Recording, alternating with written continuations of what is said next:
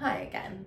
So today I want to talk about really, something that's really vulnerable for me to share and talk about, especially publicly. I mean, I share about this in my book, but to talk about it in front of a camera is a totally different story. But here we go. I think it's important. So really the catalyst to me finding this kind of love started in my teens. I was a competitive figure skater and I left home at the age of 16. I moved to a training center to work with a specific coach. And, it was my dream was to go to the Olympics as a figure skater. And I really thought this was the track to lead me there. I was on the ice every day with champions like Michelle Kwan and Jeffrey Buttle and Mao Asada. And so I was training with the best skaters in the world, the best coaches in the world. And when I was 17, my coach actually crossed the line and he sexually abused me. But I was young and naive, and I got lured into this relationship with him that was ugly, dirty, and ultimately cost me my dreams.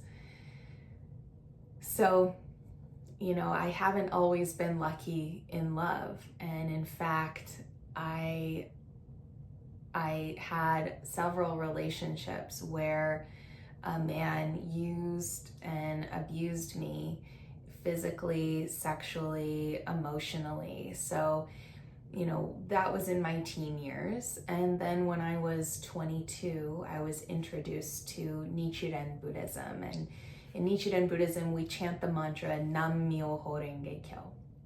And when I encountered this Buddhism, it actually mirrored a realization I had on my own when I was 17. And so it felt very natural to me. Other people believe that too, and there's a practice around it. So I just felt like this practice is for me.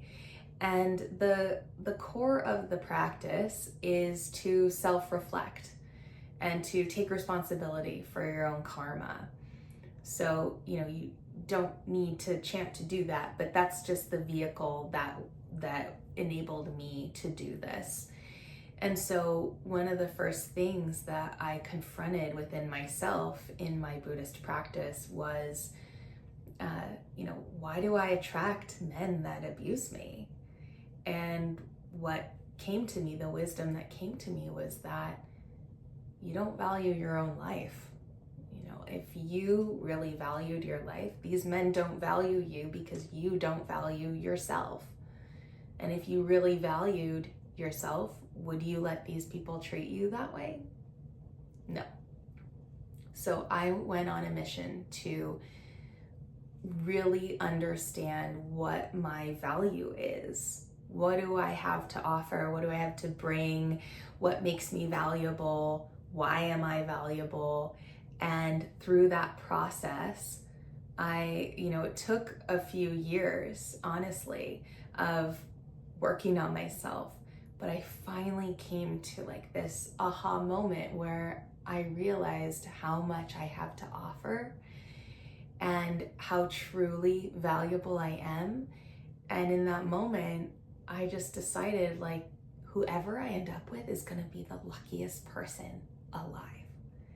And I believed that not from this egoic place, like I was someone special and needed to be worshipped on a pedestal or anything, but it was more because I awakened to my own personal value.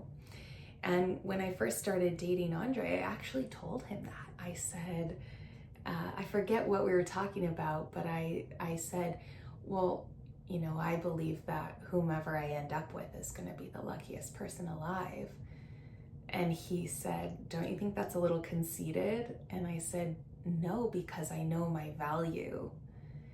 And it felt really good to be grounded in that, because then it wasn't a matter, I didn't need somebody else to fill me up. I I recognized like that I'm so valuable as I am, that I don't need another person to validate me, and that it doesn't have to be you, because I just know that whomever it is going to be is a very special, lucky person.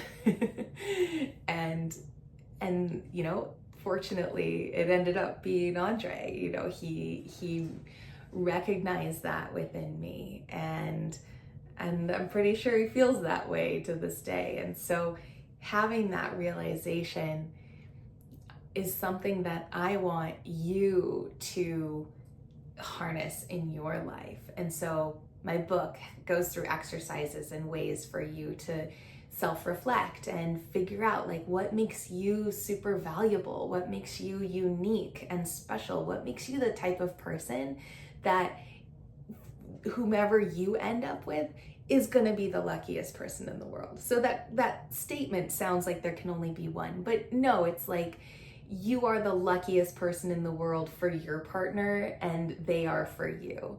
So that's what that phrase really entails. So it doesn't matter what your background or your history is. You can come from a place of abuse and from a place of feeling like you have no value or purpose or anything to offer, to becoming the person who realizes like, actually, no, whoever gets to spend their life with me is going to be the luckiest person in the world. So that is just a little something I wanted to share today to help you get to know me better, but also to encourage you that you too can change and transform any poison into medicine, any experience in your life that may have, you know, damaged you or hurt you, made you feel unworthy. Like, you can transform all of that into a benefit so that you actually use it as fuel to become the best, shiniest version of yourself. So thanks for watching and tuning in, and I'll have more lessons for you as we go along.